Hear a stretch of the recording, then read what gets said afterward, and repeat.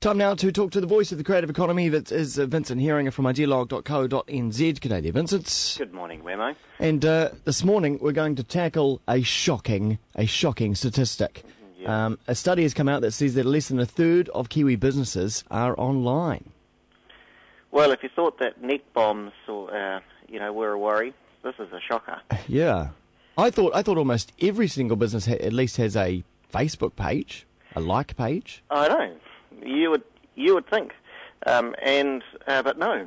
A study by the accounting software firm MYOB, Mind Your Own Business, has revealed the shocking truth about Australia and New Zealand businesses, that only a third of businesses, according to the survey, even have a website, let alone a social media presence. In fact, the social media presence is lower. It's only 22% use social media. And I was amazed.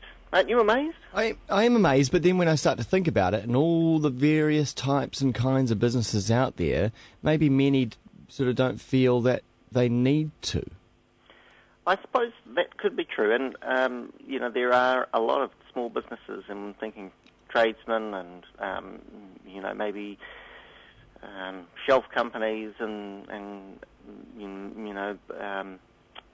people working from home that might be registered as companies.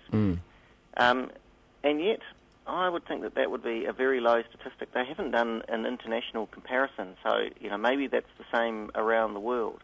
But there are a few interesting facts that come out of this. By far, the majority of the benefits of being online are faster growth and greater growth. So they are typically bigger companies and they grow faster. So there's no surprise there. They also are more successful. So companies that are online make more money.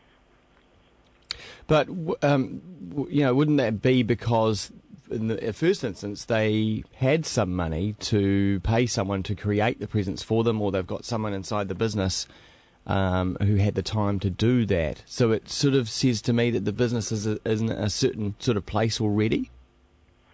Yeah, I think so. And actually, of those people that don't have a website, 70% of them say that they don't intend to build one. So I suppose that perhaps they're just not seeing the benefit. They're clearly not seeing the benefit, but they also, I guess, are not exposed to the benefits of the very least, of what the web can do, which is free marketing and promotion. The Google search function will drive people to your website for free.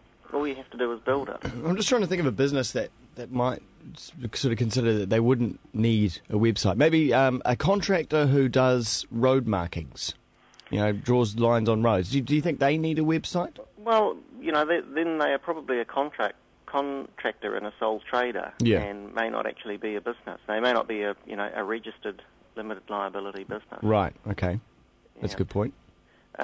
It's actually hard to imagine why, if you are in the business of selling your products and services or selling yourself, why you wouldn't have a website. I did have a thought about this, and it actually reveals an opportunity that someone should do, and perhaps Yellow Pages are the ones to do it. But, building a website is, for most people, it's a technical, complicated exercise.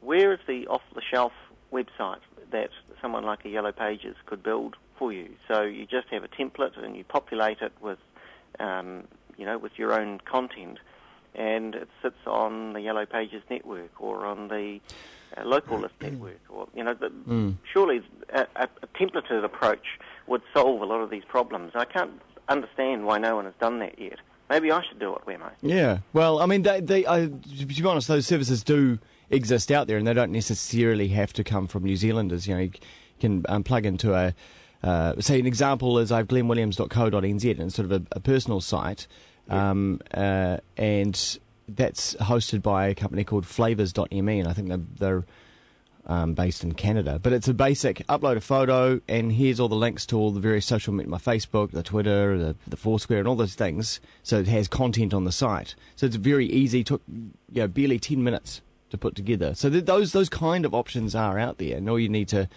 do is just I guess, ask a younger person in the family. I don't know. Something like that in order for it, to get it up online. In other words, there's no excuse. Not really, no. Yeah.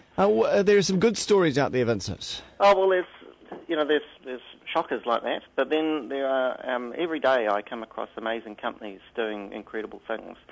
And one that's just been published on ideolog.co.nz is the story of Pinoco, who are do you know about Pinoco, the Wellington, originally from Wellington but now based in the States, and have got some very impressive people on their board, including Chris Anderson, the editor of Wired magazine, is on their board. Yeah. Do you know about what Pinoco do, Wammo? Are they the 3D printers? They are indeed, yes. 3D printers. Yeah. What Pinoco have tapped into is this trend called, I suppose it's rapid manufacturing or rapid prototyping, where you send in your design and they make it for you and they send it back.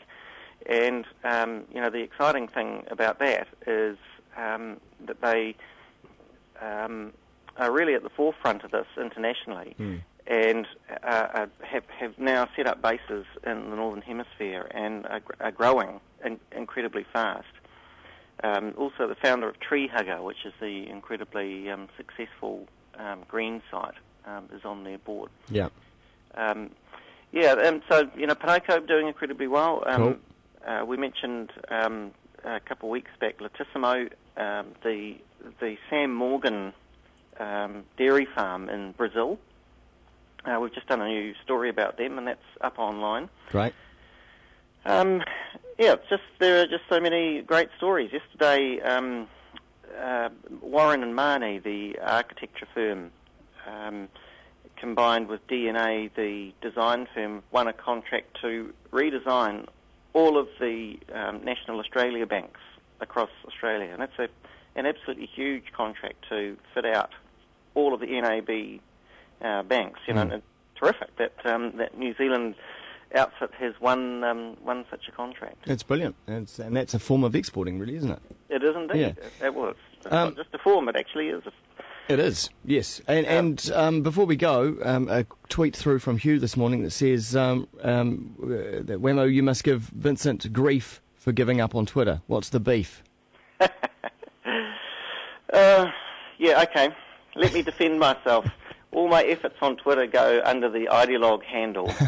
So I do tweet under Ideolog, but my personal Twitter account languishes like some horrible, languishy, dead thing. But still alive, zombie-ish thing. Can always be brought back from the dead whenever you choose. My life's just not that interesting to tweet about, Wammo. Sure. Go to Ideolog, Ideolog Mag. Ideolog Mag on Twitter, yes, indeed. And to ideolog.co.nz. Thanks, Vincent. Thank you for the grief. 9 minutes away from 8 here on